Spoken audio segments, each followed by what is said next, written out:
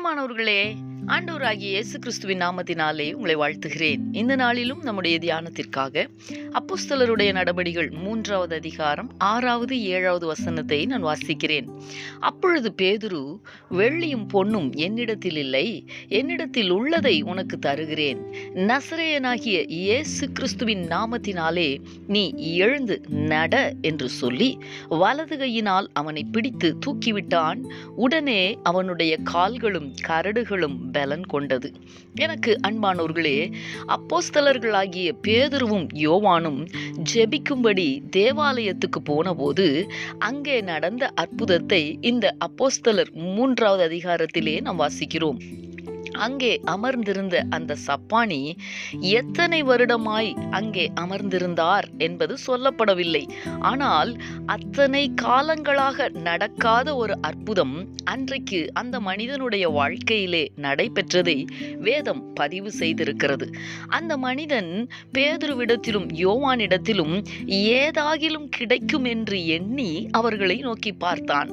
ஆனால் அவனுக்கு அற்புதம் நடந்தது.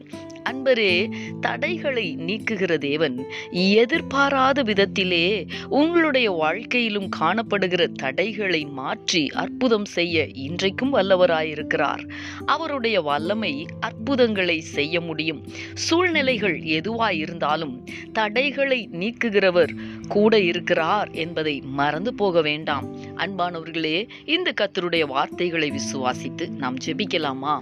எங்களை நேசிக்கிற எங்கள் அன்பின் பரலோக தகப்பனே, ஆசீர்வாதமான இந்த நாளுக்காக உமக்கு நாங்கள் நன்றி செலுத்துகிறோம்.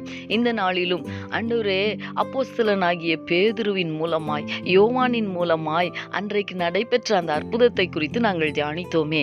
ஆண்டவரே, உம்முடைய சமூகத்திலே உம்முடைய முகத்தை நோக்கி பார்த்து ஜெபித்து கொண்டிருக்கிற உம்முடைய பிள்ளைகளுடைய வாழ்க்கையிலே தடைகளை நீக்குகிற தேவன் அற்புதங்களை செய்து உம்முடைய நாமத்தை மகிமைப்படுத்தும்படியாய் ஜெபிக்கிறேன். ஆண்டவரே, அன்றைக்கு அந்த சப்பானியினுடைய வாழ்க்கையிலே எதிர்பாராத விதமாக அந்த நாளிலே கர்த்தர் அற்புதம் செய்தது போல இன்றைக்கும் ஆண்டவரே, நெடுநாட்களாய் உம்முடைய முகத்தை நோக்கி பார்த்து ஜெபித்து கொண்டிருக்கிற உம்முடைய பிள்ளைகளுடைய வாழ்க்கையிலே கர்த்தர் அற்புதங்களை செய்து உம்முடைய நாமத்தை மகிமைப்படுத்த கேட்கிறேன். நீர் அப்படி செய்ய போகிறதற்காக உமக்கு ஸ்தோத்திரம். இயேசு கிறிஸ்துவின் நாமத்தில் வேண்டிக் கொள்ளுகிறேன் நல்ல பிதாவே.